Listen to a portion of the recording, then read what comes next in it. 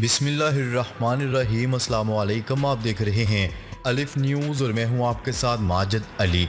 शामिल करते हैं आज की हेडलाइंस। समुद्री तूफान बेपरजवाई ने तबाही मचा दी। सऊदी अरब और ईरान के ताल्लुकात तारीख के नए मोड़ पर। ईरान ने इलाके में बहरी जहाज़ों को खबरदार किए बगैर एक और खुदकुश ड्रोन का तजर्बा कर लिया। अफगानिस्तान की फ़ज़ाई हदूद पर अब भी अमरीका का कब्जा बरकरार। नई की मुद्दत ज्यादा से ज्यादा 5 साल करने का बिल सेनेट में पेश। भारत का अमेरिका से 30 मुसल्लह ड्रोन खरीदने का फैसला। रूसी सफारतखाने की तामीर रोकने के लिए ऑस्ट्रेलिया ने कानून मंजूर कर लिया। पाकिस्तान और दुनिया भर की खबरों से बाखबर रहने के लिए अलिफ न्यूज़ को सब्सक्राइब कर लें। हेडलाइंस आपने जानी, अब बढ़ते हैं खबरों की तफसीलात की तरफ। समुद्री तूफान बिपरजॉय ने भारतीय गुजरात में तबाही मचा दी। तूफान के साहली इलाके से टकराने के बाद बड़े पैमाने पर नुकसानात हुए हैं। बहेरा अरब में बनने वाले समुद्री तूफान बिपरजॉय से भारतीय गुजरात के जिला कुछ के इलाकों जाखो और मांडवी में तेज हवाओं और शदीद बारिश से मुख्तलिफ दरख्त जड़ से उखड़ गए और मुख्तलिफ इलाकों में 3672 से ज्यादा बिजली के खंभे गिरने से तवील दरानियों से बिजली बंद है। भारतीय मीडिया की रिपोर्ट के मुताबिक तूफान के बायस रियासत गुजरात के साहली इजला में कम अज कम 20 अफराद जख्मी हुए हैं, जबकि 23 मवेशी भी हलाक हुए हैं। भारतीय मीडिया की रिपोर्ट के मुताबिक इस वक्त भी तेज हवाओं के साथ मूसलाधार बारिश का सिलसिला जारी है, जबकि रेलवे ने 70 ट्रेनों को मनसूख या इनका रूट तब्दील कर दिया है। भारतीय मीडिया के मुताबिक समुद्री तूफान बिपरजॉय की कैटेगरी इंतहाई शदीद से शदीद में बदल गई। गुजरात में हवाओं की रफ्तार 115 से कम होकर 105 किलोमीटर फी घंटा हो गई है। तूफान के बायस राजस्थान में आज शदीद बारिशों का इम्कान जाहिर किया गया है, जबकि मुतासरा इलाकों में रेस्क्यू और रिलीफ ऑपरेशन जारी है। खबर के अगले हिस्से में बात करते हैं। सऊदी अरब और ईरान के बाहमी ताल्लुकात तारीख के नए मोड़ पर आ गए हैं और सऊदी वज़ीर ख़ारजा शहजादा फैसल बिन फरहान कल तेहरान जाएंगे। गैर मुल्की मीडिया की रिपोर्ट के मुताबिक सऊदी अरब और ईरान, जिनमें कई सालों बाद हाल ही में सफारती ताल्लुकात बहाल हुए हैं, अब ये बाहमी ताल्लुकात मज़ीद मुस्तहकम होने जा रहे हैं। सऊदी वज़ीर ख़ारजा शहजादा फैसल बिन फरहान कल तेहरान जा रहे हैं। सऊदी वज़ीर ख़ारजा अपने दौरे के दौरान ईरानी हुकाम से मुलाकातें करेंगे। वाज़ेह है कि रवा साल मार्च में चीन की सालसी में ईरान और सऊदी अरब के दरमियान मुआहदा तय पा गया था, जिसके तहत सफारती तनाज़ा ख़त्म करने और ताल्लुकात की बहाली पर इत्तफ़ाक हुआ था। सफारती ताल्लुकात की बहाली के बाद दोनों ममालिक की जानिब से जज्बा खैरसगाली के तहत इक़दामात जारी हैं। 6 जून को ईरान ने सऊदी अरब में 7 साल के बाद अपना सफारत खाना दोबारा खोला था, तो दूसरी जानिब सऊदी अरब की तरफ से भी खैरसगाली इक़दामात का सिलसिला जारी है। खबर के अगले हिस्से में बात करते हैं। ईरान ने खलीज में खुदकुश ड्रोन का तजर्बा किया है, अमरीकी ओहदेदार का दावा। खिते में एक और अमरीकी ओहदेदार ने बताया है कि ईरान ने खलीज में एक्सरसाइज करने वाले बहरी जहाज के खिलाफ एक खुदकुश ड्रोन का तजर्बा किया और इलाके में बहरी जहाज़ों को खबरदार किए बगैर एक और मिसाइल या ड्रोन फायर किया है। गैर मुल्की खबरसा इदारे की रिपोर्ट के मुताबिक ओहदेदार ने अमरीकी इंटेलिजेंस डेटा का हवाला देते हुए कहा है कि एक तरफ ड्रोन को ईरान के जासिक इलाके से समंदर में 8 से 9 मील दूर पानियों की जानिब फायर किया। ड्रोन में मशकी बहरी जहाज को निशाना बनाया गया। उन्होंने बताया कि ये बुनियादी तौर पर तजर्बाती बहरी जहाज़ों को मारने की मशक थी। ये वाज़िया चीज़ है जिसे खलीज ओमान में ऐसा करने की वजह हो सकती है। वाज़िया रहे कि अमेरिका ने ईरान पर इल्ज़ाम आयद किया है कि 2019 से तज़वीराती अहमियत के हामिल खलीजी पानियों में तजर्बाती बहरी जहाज़ों के खिलाफ कई हमलों के पीछे ईरान का हाथ है। ईरानी हुकाम इस हवाले से तबसरे के लिए दस्तयाब नहीं थे। खबर के अगले हिस्से में बात करते हैं। अफगानिस्तान के नायब वज़ीर दिफा मौलवी मोहम्मद याकूब मुजाहिद का कहना है कि अफगानिस्तान की फ़ज़ाई हदूद अब भी अमेरिका के कब्जे में है।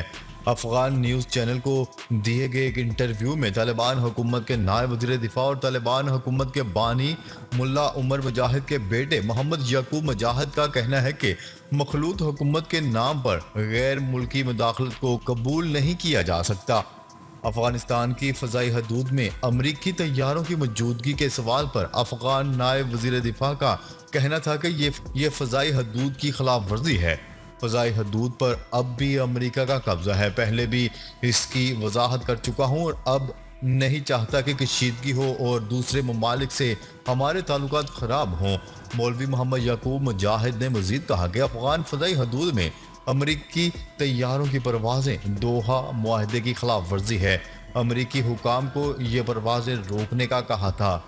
उन्होंने कहा कि आलमी बरादरी बशमूल हमसाया ममालिक चाहते हैं कि तालिबान एक ऐसी हुकूमत बनाए जो आवाम की नुमाइंदगी करे। ताहम तालिबान हुकूमत में हर कौम के लोग हैं। अगर हमें वक्त दिया गया और तालिबान हुकूमत जारी रही तो यकीन है कि हुकूमत में तनाव आएगा और अहम ओहदों पर पेशा वराना लोगों को तैनात किया जाएगा।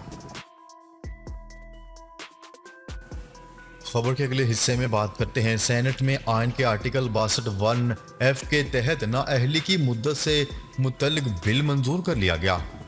सेनेट ने आर्टिकल 62(1)(f) के तहत ताहयात नाअहली की मुद्दत ज़्यादा से ज़्यादा 5 साल करने के लिए कानून में तरमीम का बिल कसरत राय से मंजूर कर लिया। तफसीलात के मुताबिक सेनेट में आइन के आर्टिकल 62(1)(f) के तहत नाअहली से मुतल्लिक अहम तरमीमी बिल पेश किया गया। आज़ाद ग्रुप के पार्लिमानी लीडर सेनेटर दिलावर खान, दानिश कुमार और प्रिंस अहमद जई ने तरमीमी बिल पेश किया। मौजूदा तरमीम के मुताबिक आर्टिकल 62(1)(f) के तहत ताहयात नाअहली की मुद्दत 5 साल से ज़्यादा नहीं होगी। सेनेटर दिलावर खान ने कहा कि जहांगीर तरीन और मुल्क के 3 दफ़ा वज़ीर आज़म नवाज शरीफ इसी कानून का शिकार हुए। ये बिल आज ही पास करें, कल इमरान खान भी इसी नाअहली का शिकार हो सकते हैं। खबर के अगले हिस्से में बात करते हैं। चीन को दबाने की कोशिश, भारत मुसल्ला ड्रोन खरीदेगा। भारत ने अमेरिका से 30 मुसल्ला ड्रोन खरीदने का फैसला कर लिया जो चीन के असर रसूख को कम करने के लिए इस्तेमाल किए जा सकते हैं। गैर मुल्की खबरसार एजेंसी की रिपोर्ट के मुताबिक भारतीय वज़ीर दिफा ने अमरीकी साख्ता मुसल्ला MQ-9BC गार्डियन ड्रोन खरीदने की मंजूरी दे दी।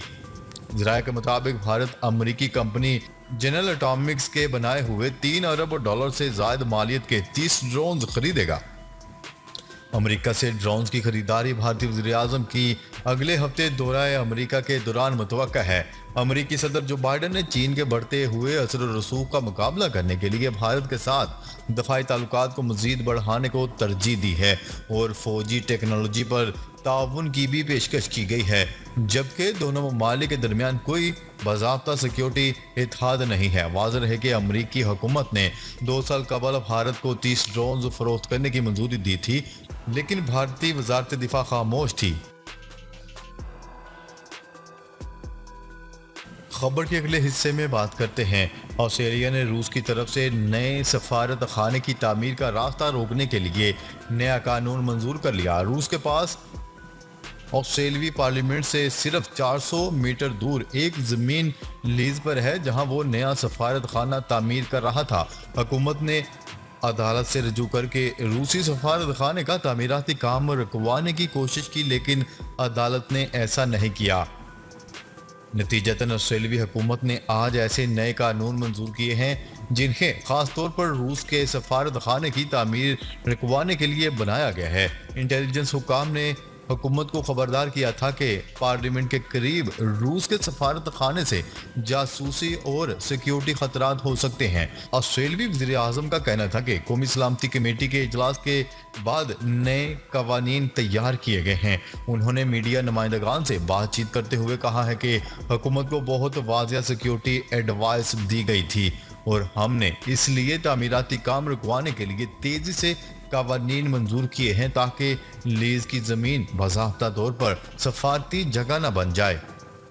रूसी सफारतकार ने खबरसार एजेंसी को बताया कि सफारत खाना इस मुतल्लिक कानूनी मशावरत कर रहा है। ऑस्ट्रेलिया की तरफ से मंजूर किए गए नए कानून के तहत रूस सिर्फ पार्लियामेंट के करीब सफारत खाना कायम नहीं कर सकता। कानून में तस्लीम किया गया है कि इमारत की तामीर रखवाने पर रूस की माली तौर पर तलाफी की जाएगी। नाजरीन, अब तक के लिए इतना ही। मजीद खबरें लेकर बहुत जल्द आपकी खिदमत में हाजिर होंगे। तब तक के लिए अपना ख्याल रखिएगा। अल्लाह निगहबान।